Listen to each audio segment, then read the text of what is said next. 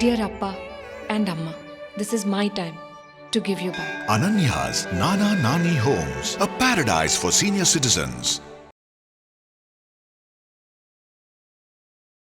பொங்கல் வந்து 1 week leave வரும்போது எல்லாருமே இங்கேருந்து அங்கே போகிறதுக்கு பஸ் இல்லாமல் ரொம்ப அவஸ்தைப்படுவாங்க. அப்போ இவங்க இந்த டைமில் இதை முன் வச்சாங்கன்னா இவங்க கொடுத்து தான் ஆகும்னு சொல்லிட்டு இது டிமாண்டு. இது ஆக்சுவலி இது நல்லதில்லை, தவறு.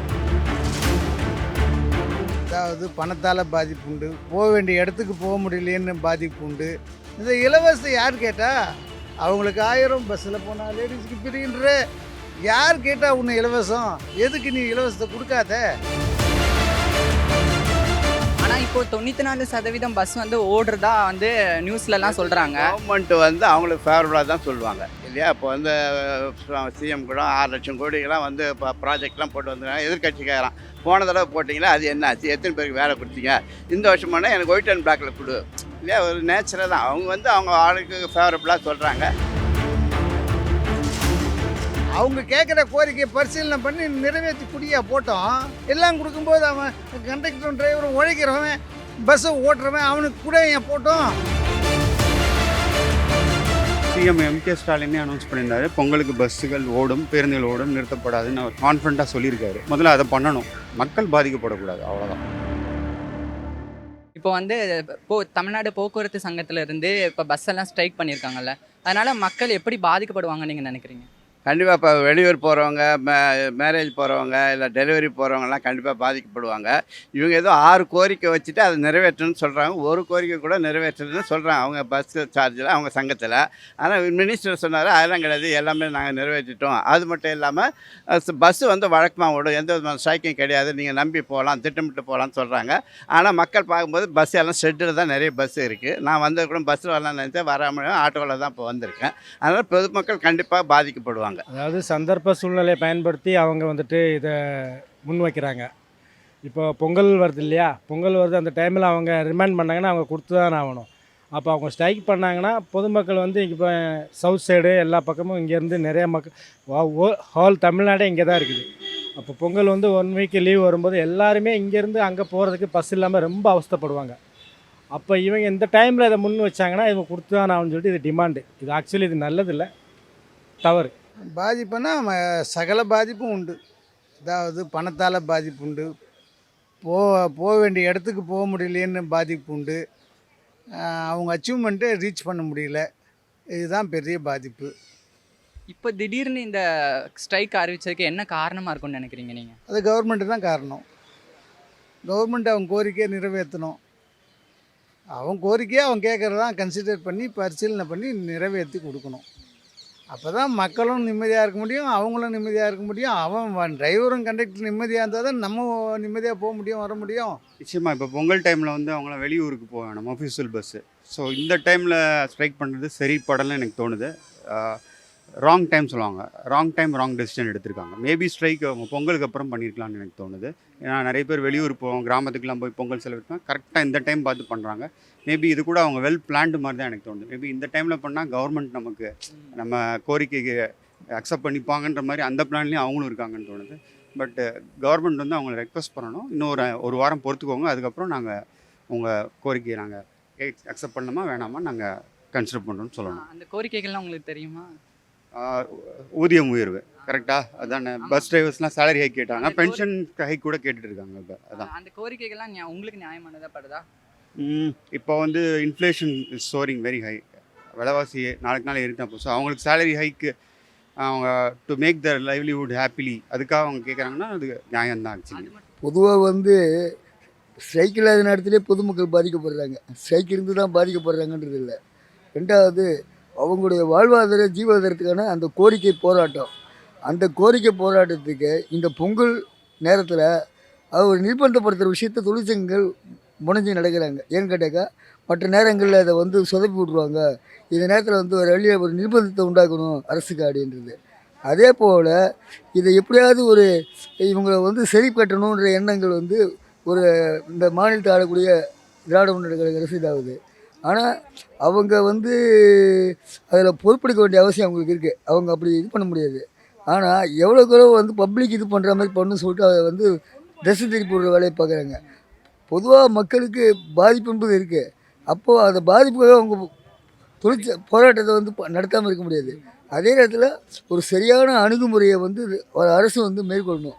பப்ளிக்கும் பாதிக்கப்படக்கூடாது. அந்த தொழிற்சங்கமாக அந்த அதில் வேலை செய்யக்கூடிய பணியாற்றக்கூடிய அந்த தொழிலாளிகள் அவங்களுடைய விஷயங்களுக்கு, அவங்களுடைய ஜீவாதார விஷயத்துக்கு அது ஒரு பொருட்படுத்தி செய்யணும். அதை வந்து அவங்க என்ன பண்ணுறாங்க கேட்டிங்கனாக்கா, இதை எப்படியாவது உடைக்கலாம் அப்படின்னு பார்க்குறாங்க. அது ஒரு சரியான போக்கு கிடையாது. இல்லைன்னா எப்படி வாழ முடியும்?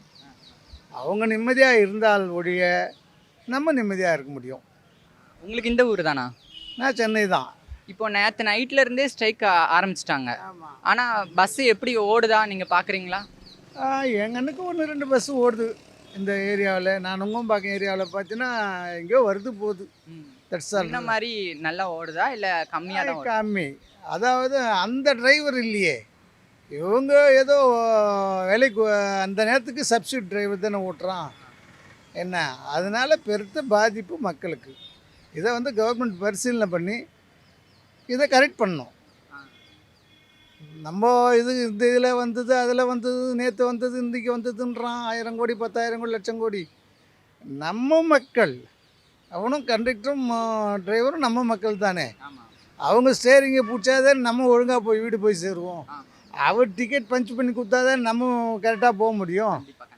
அதனால் அவங்க கோரிக்கையை இந்த அரசாங்கம் பரிசீலனை பண்ணி நிறைவேற்றி கொடுக்கணும். இந்த இலவசம் யார் கேட்டால் அவங்களுக்கு 1000 பஸ்ஸில் போனால் லேடிஸுக்கு ஃப்ரீன்ற யார் கேட்டால் உன்னை இலவசம்? எதுக்கு நீ இலவசத்தை கொடுக்காத? இலவசம் கொடுத்தா நாடு சின்ன பின்னமாக போகுது. கடலில் எங்கேயோ போயின்னு இருக்கோம் நம்ம. ஆனால் மக்களுக்கு அது பயனுள்ள வழி என்ன வழி? இவ்வளோ நாள் லேடிஸ் பஸ்ஸில் போகாது இந்தியாமா? நீ காசு கொடுத்து போகாது இந்தியா? போயிருந்தானே இருந்த. அப்படி இருக்கச்ச என்ன பாதிப்பு? இதனால் ஒன்றும் பாதிப்பு இல்லை. என்ன ஓசி டிக்கெட்டுன்றான், ஃப்ரீ டிக்கெட்டுன்றான் கண்டக்டரு. என்ன அந்த லேடிஸ் ஒரு மாதிரியாக பார்த்து தான் கொடுக்குறான். இது யார் பொறுப்பு? அரசாங்கம். எதுக்காக நீ எங்களுக்கு மக்களுக்கு யாரும் பிச்சை போடாத, எதுவுமே பிச்சை கொடுக்காத. உன்னால் முடிஞ்சால் ஒழுங்கான ட்ரீட்மெண்ட்டை கொடு. என்னது மக்களுக்கு உண்டான ஒழுங்கான ட்ரீட்மெண்ட்டை கொடு. ஹாஸ்பிட்டலில் அப்போலோ ஹாஸ்பிட்டலுக்கு போகிறவங்க கூட ஜென்ரல் ஹாஸ்பிட்டலுக்கு வரணும். அந்த மாதிரி நீ ட்ரீட்மெண்ட்டை அது ஒன்று மட்டும் கொடு. ரேஷன் கூட வேணாம் எங்களுக்கு. நாங்கள் வாங்கி சாப்பிட்றோம், கஷ்டப்படுறோம், வாங்கிக்கிறோம். எங்களுக்கு வேலை கொடு. இந்த ஒயின் ஷாப்பு மூடு. இந்த ஒயின் ஷாப்பே த்ரூ அவுட் இந்தியாவில் இருக்கக்கூடாது. அதுவும் தமிழ்நாட்டில் தெருவுக்கு இருக்குது. மூடு. அந்த ஒயின் ஷாப்பே வேணாம். அந்த வருவாயே உனக்கு வேணாம். உன்னால் என்ன மக்களுக்கு ஆட்சி புரிய முடியுமோ அதை செஞ்சுட்டு போ. அங்கே உங்கள் அப்பா செஞ்சார், இப்போ நீ வந்து செஞ்சுக்கிற, உங்கள் பிள்ளைய விரும்புகிற, வரவேற்கிறோம். 3 தலைமுறை ஆகிட்டு என்ன நாட்டு மக்களுக்கு உங்களால் கெடுதல் இல்லாமல் நல்லது செஞ்சுட்டு போயா? எதுக்கு இந்த ஒயின் ஷாப்பை தந்து விட்டு மக்கள் வீணா அவன் அங்கே ஒயின் ஷாப் போடுறான். நீ கொடுக்குற 1000 ரூபாய் அவன் பொண்டாடி அடித்து வாங்கினு ஒயின் ஷாப் போடுறான். எதுக்காக? ஏன் ஃப்ரீ கொடுக்குற? ஒன்று யார் கேட்டா? ஃப்ரீயை கொடுக்காத, நிறுத்து. மக்களுக்கு நல்லது செய். அங்கே வந்து இவ்வளோ தூரம் நடந்து தான் வரேன், பஸ் கிடைக்கல. ஆனால் இப்போ 94% பஸ் வந்து ஓடுறதா வந்து நியூஸ்லலாம் சொல்கிறாங்க. கவர்மெண்ட் வந்து அவங்களுக்கு ஃபேவரபுளாக தான் சொல்லுவாங்க இல்லையா? இப்போ வந்து சிஎம் கூட 6 லட்சம் கோடிக்கெல்லாம் வந்து இப்போ ப்ராஜெக்ட்லாம் போட்டு வந்துருக்காங்க. எதிர்கட்சி கேட்குறான், போன தடவை போட்டிங்களா, அது என்ன ஆச்சு? எத்தனை பேருக்கு வேலை கொடுத்தீங்க? இந்த வருஷம் பண்ணால் எனக்கு ஒயிட் அண்ட் பிளாக்கில் கொடு இல்லையா? ஒரு நேச்சராக தான் அவங்க வந்து அவங்க ஆளுக்கு ஃபேவரபுளாக சொல்கிறாங்க. எது நல்லது எது கேட்டது சங்கத்தை வச்சு கேட்கணும். கவர்மெண்ட்டும் பார்த்தா தான் நமக்கு தெரியும். ஆனால் மக்கள் வில் பி அஃபெக்டடு. ஏன்னா இப்போ ஃப்ரீயாக போக முடியாது இல்லை. இப்போ ஆட்டோ கேட்டால் 200ரூபா 300ரூபான்றான். 100 ஆட்டோ. ஏன்னா பஸ்ஸு கிடையாது, கொடுத்து தான் ஆகணும். இப்போ டெலிவரி இருந்தால் ஏஜ் பர்சன் சீனியர் சிட்டிலாம் என்ன பண்ண முடியாது. தேவ் டு கிவ் த மணி இல்லையா? அதனால் மோஸ்ட் பீப்புள் அஃபெக்டட். அவ்வளோதான். சிஎம் எம்கே ஸ்டாலினே அனௌன்ஸ் பண்ணியிருந்தாரு, பொங்கலுக்கு பஸ்ஸுகள் ஓடும், பேருந்துகள் ஓடும், நிறுத்தப்படாதுன்னு அவர் கான்ஃபிடண்ட்டாக சொல்லியிருக்காரு. ஸோ அது முதல்ல அதை பண்ணணும். மக்கள் பாதிக்கப்படக்கூடாது, அவ்வளோதான். ஏன்னா சென்னையில் வேலை பார்க்குற முக்கால்வாசி பேர் வந்து அவுட் சைடு சென்னையை சேர்ந்தவங்க தான். ஸோ அவங்களாம் வெளியூருக்கு நிச்சயமாக பொங்கலுக்கு போகும்போது பஸ்ஸு கண்டிப்பாக தேவைப்படும். அப்படி ஒருவேளை அவங்க தீர்மானமாக ஸ்ட்ரைக் தான் பண்ண போகிறேன்னு சொன்னோன்னா இதுக்கு ஒரு ஆல்டர்னேட் பஸ்ஸஸ் கவர்மெண்ட் அரேஞ்ச் பண்ணி ஆகணும். But time is very less. இன்னும் ஒரு 4-5 நாள் தான் இருக்குது. ஸோ இப்போ நான் டிரான்ஸ்போர்ட் சங்க தலைவனாக இருந்தால் நான் ஒரு வாரம் தள்ளி போடுவேன் இந்த ஸ்ட்ரைக்கை. என் கோரிக்கை நியாயமாக இருந்தாலும் 1 வாரம் தள்ளி போடுவேன். மக்கள் பாதிக்கப்படக்கூடாது, அவ்வளோதான். இப்போ ரோட்லேயே சாதாரணமாக ஏதாவது போராட்டம் பண்ணால் கூட மக்கள் பாதிக்கக்கூடாது, அவ்வளோதான். இது வந்து வெல் பிளான்டு ஸ்ட்ரைக் மாதிரி எனக்கு தோணுது. இந்த டைமில் பண்ணால் கவர்மெண்ட் நம்ம கோரிக்கை அக்செப்ட் பண்ணி பண்ணால் இப்போ அவங்க டார்கெட் கவர்மெண்ட்டு மக்களுடைய நலனை கருதி அவங்களுக்கு ஏதாவது ஃபேவராக பண்ணால் அதுவும் நல்லதாக இருக்கும். இது எது நடந்தாலும் பாதிக்கப்படுறது மக்கள். பஸ்ஸு தனியும் விட்டாலே நல்லா தான் இருக்கும். ஆனால் நிறைய நேரம் நடந்து வரதுனால கஷ்டமாக தான் இருக்கும். கால் கையெல்லாம் வலிக்குது. இன்னைக்கு பஸ் சரியா ஓடலையா? போகல, அது ஓடுதோ ஓடலையோ தெரியாது. ஆனால் ஒரு வாட்டி வந்தேன் நான், இப்போ பஸ்ஸு போகல. அவங்க வந்து முயற்சி எடுக்கிறாங்க. அதாவது இன்னைக்கு பொங்கல் நேரத்தில் வந்து பஸ்ஸை வந்து பண்ணணும். ஏன்னா ஏற்கனவே சிறப்பு பஸ்ஸுக்கெல்லாம் சொல்லியிருக்காங்க, இது பண்ணியிருக்காங்க. பொங்கலுக்கு அவங்க ஊருக்கு போகணும், இந்த மாதிரி வேலைகள் இருக்குது, கஷ்டம் இருக்குது இல்லைன்னு. ஆனால் அதை முழுமையாக வந்து பண்ணக்கூடிய ஒரு வாய்ப்பு கிடையாது. ஏன்னு கேட்டிங்கன்னா கொஞ்சம் அவங்க வேறு தொழிற்சங்கம், உதாரணத்துக்கு தொழிற்சங்க முன்னேற்ற பேரவை அவங்களுடைய சார்பான அந்த தொழிற்சங்கங்கள்லாம் ஆதரவாக வண்டி ஓட்டுறாங்க. ஆனாலும் டோட்டலாக அந்த ஓட்டுநரோ அல்லது கண்டக்டரோ வந்தால் தான் பஸ்ஸை வந்து இயக்க முடியும். இவங்க கொஞ்சம் பேரை வச்சு ஓட்டுறதுலாம் வந்து ஒரு இதாக இல்லை.